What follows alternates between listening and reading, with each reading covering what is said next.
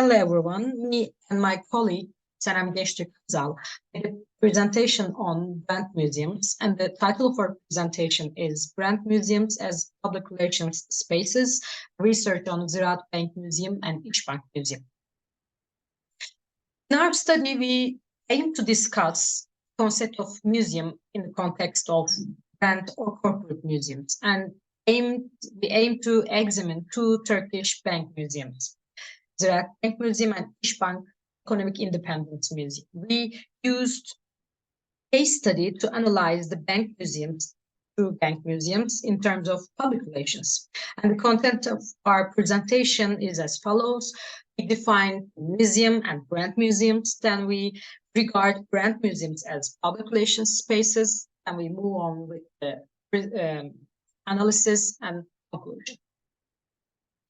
Okay, the word of museum has a link with the Greek word museon, meaning seat of muses, and the muses have a link with the family of Medici. However, the word of museum has a meaning on about building, housing, cultural materials. Later, the emphasis on the building itself became less dominant. So now we are talking about different types of museums, art museums, history museums, even virtual museums or open air museums. In recent years, the definition of the museum itself has changed. The recent one says that museum definition is like that. A museum is a not-for-profit permanent institution in the service of society that researches, collects, conserves, interprets, and exhibits tangible and intangible heritage.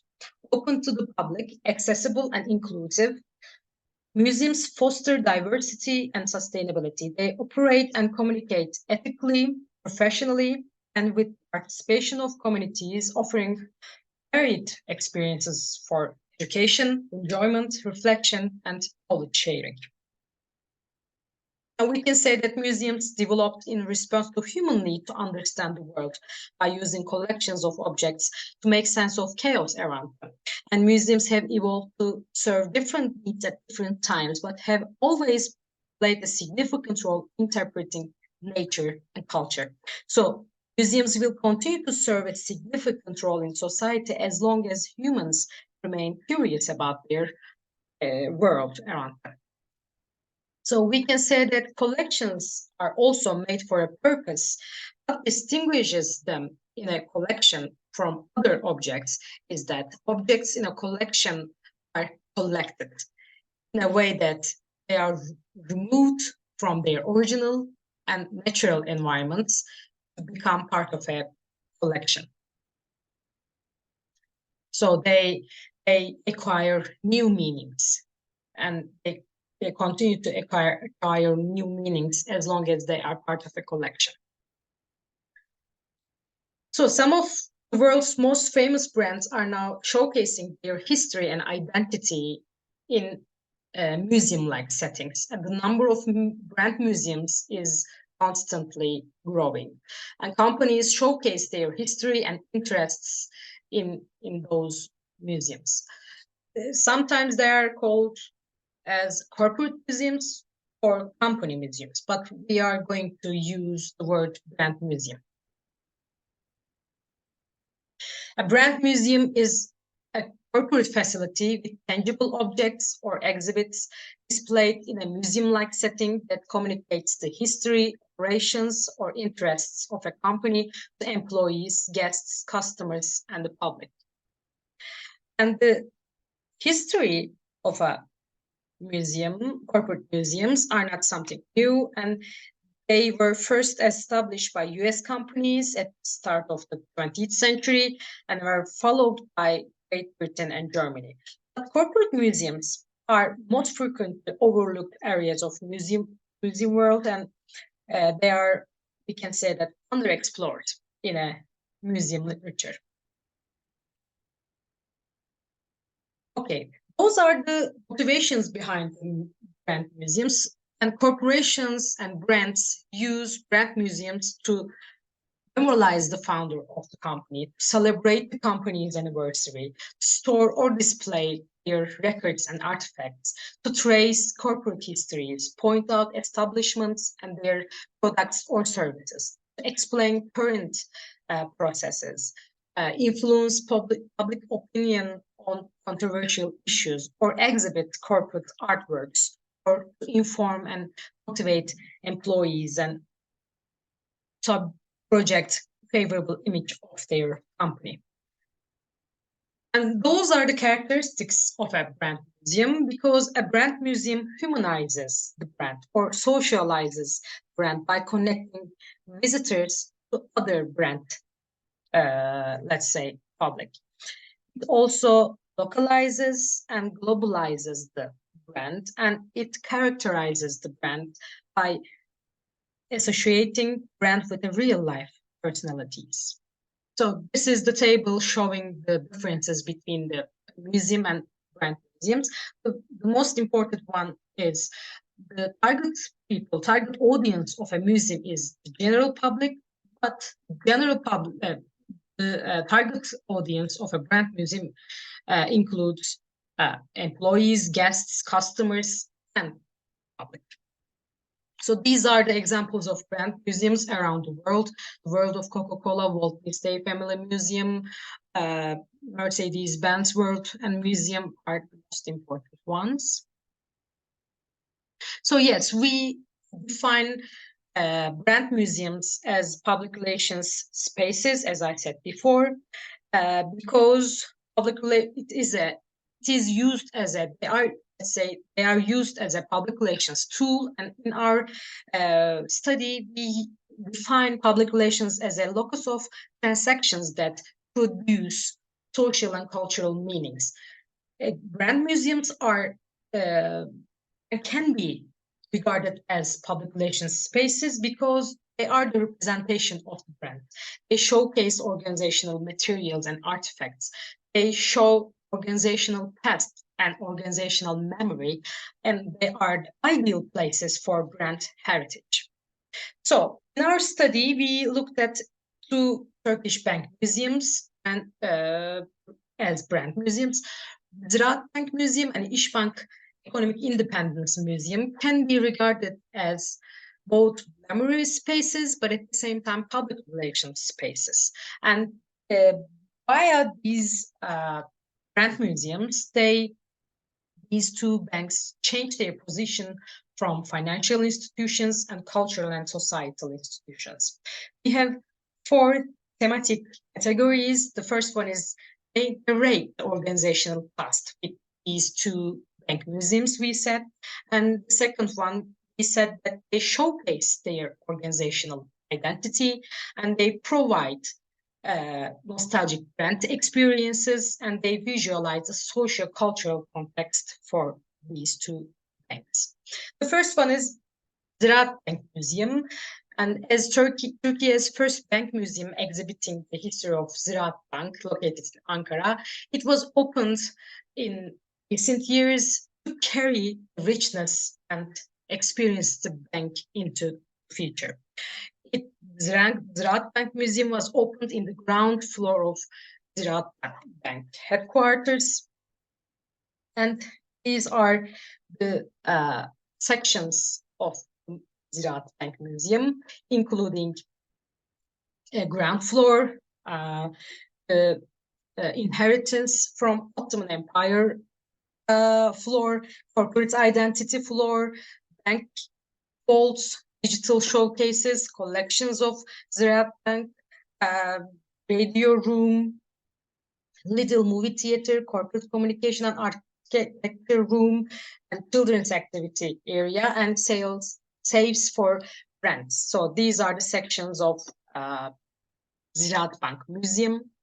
The first theme, we found out that those museums narrate the organizational past. They focus on companies' history. For example, in those museums, typewriters, seals, checks, documents, stamps, passbooks, albums, old piggy banks are displayed. And they underline the contributions of the founders and other key individuals, historical documents, all of them are displayed in the Ziraat Bank Museum. Also, museums aim to memorialize the founders of the company. So we see that the photos of the founders of Ziraat Bank in the museum. Also, the brand museums aim to preserve the company's history, as it is shown here in English. It says that it is the exhibition of our long-standing history. So all of the digital exhibition tools are used while the brand tells its history with old objects and photos and videos. The second one is museum showcase the organizational identity. Because the museums are the places of tangible traces of organizational past and a vehicle to share companies' values and identity with different audiences, so making them part of a collective narrative. So we see that institutional publications and journals in the museum, all the advertisements, posters, and promotional materials are displayed and exhibited in the museum. There is a section which shows the transformation of emblems or logos of Ziraat Bank, and there are stories and photos of employees Ziraat Bank in those sections. Other one is that museums provide nostalgic brand experience for the public. They provide a participation actively, and they have an opportunity to learn. So there's a section for children to game, to teach them how to save money. So children's sections are the future investment of the time, experience with the brand, we can say. Rooms where you can listen to the radio programs are called as radio rooms. And there is a small movie theaters where you can watch screenings. And you can walk through the bank vaults as you see in this picture, so you can participate and experience the bank itself. Also, bank museums aim to develop employee pride and identification with the company. So they have some stories, as I said before, stories of the employees. But at the same time, there is a guest book in the museum, and we looked at some of the writings, and we see that some of the visitors says that they experienced the past with the museum, and they witnessed it. They felt like witnessing the history, and they found them nostalgic. So they think that technology and nostalgia were held together in this museum. So they feel and experience a nostalgic brand experience. The last one, visualizing the social cultural context, we see that brand museums open up institutional and cultural environments. So in the museum, legacy inherited from Ottoman Empire is emphasized, but at the same time, there was an emphasis on the Bank of Republic. I mean the Ziraat Bank Museum. So the whole museum exhibits commercial, economic, political, cultural, artistic, educational change of Turkish banking system itself and its development from past to present. So the other museum, İşbank Economic Independence Museum, was found until recently to convey the history of İşbank to future generations. A brief history of both Republic of Turkey and İşbank is presented at the same time to the visitors through documents, photographs, films, objects, and promotional materials. So this building, as it's shown in the picture, the third headquarters building, the museum is located there. This is the sections of and floor plan of the museum building. The basement, there are sales for rents. Ground floor and the first floor are the museum sections. Second floor is the exhibition section. Third floor is the art gallery section. Fourth floor is the temporary exhibition floor, and the fifth floor is the activity section. Okay, the first theme, as I said before, the museum narrates the organizational past again. İşbank is aware of its institutional existence and social mission, so the bank collected materials in order not to forget its own roots. Photos and videos of the founders are displayed, as I said before, like Ziraat Bank Museum. Checks, old passbooks, and register books are also exhibited. Banking supplies, typewriters, calculators, telephones, the old safe keys, seals, and newspapers are also exhibited in the museum. And all of the partnerships of the bank are also displayed in İşbank Museum. So this museum is also a showcase organizational identity, because brand museums are strategic assets in organizational identity and image development. We see annual reports, photos, materials. Actually, one floor is completely devoted to the İşbank advertisement, so it is again important for organizational identity. And various exhibition techniques are used in this museum too. Information panels, motion pictures, photos, videos, so on and so forth. Also, this museum provides nostalgic print experience, because there are platforms to establish an emotional bond with the consumers and at the same time for the publics. And you can walk through the bank vaults, as you see here, and you can visit the actual rooms used for bank. And building itself, building of the museum itself, is really a nostalgic experience. So the last one, the museum visualizes the socio-cultural context, because the İşbank Museum participated and contributed to cultural and social heritage. The whole museum shows this. And at the same time, brand museums functions as educational and cultural centers. Like in İşbank Museum, we see that the economic understanding of that period is narrated. So you can see brochures, booklets, and saving books. And also the discourse of saving and piggy banks are emphasized in this section. So the history of bank accompanies with the history of the Republic. So this leads to our conclusion. So we can say that in both bank museums, there are different resources, technologies, and techniques, and information panels, videos, photos, etc. So design and exhibited materials and content are prepared by various experts from different disciplines related to brand museums, such as historians and designers. Museums also show that corporations have longer lifespan than human life, and they create and address different publics per se, internal publics, external publics, young, and even children. So we can say that not every brand can provide museum experience, because there are different types of museums, and those were collection-based brand museums. And yes, we said that 4 main themes we have found. The first one is narrating organizational past. We saw that 2 bank museums offered a synthesis of past and the present of the brand or the banks. They made organizational history tangible, and they have a message for the visitors. And they say that we were here before you and will continue to be here after you.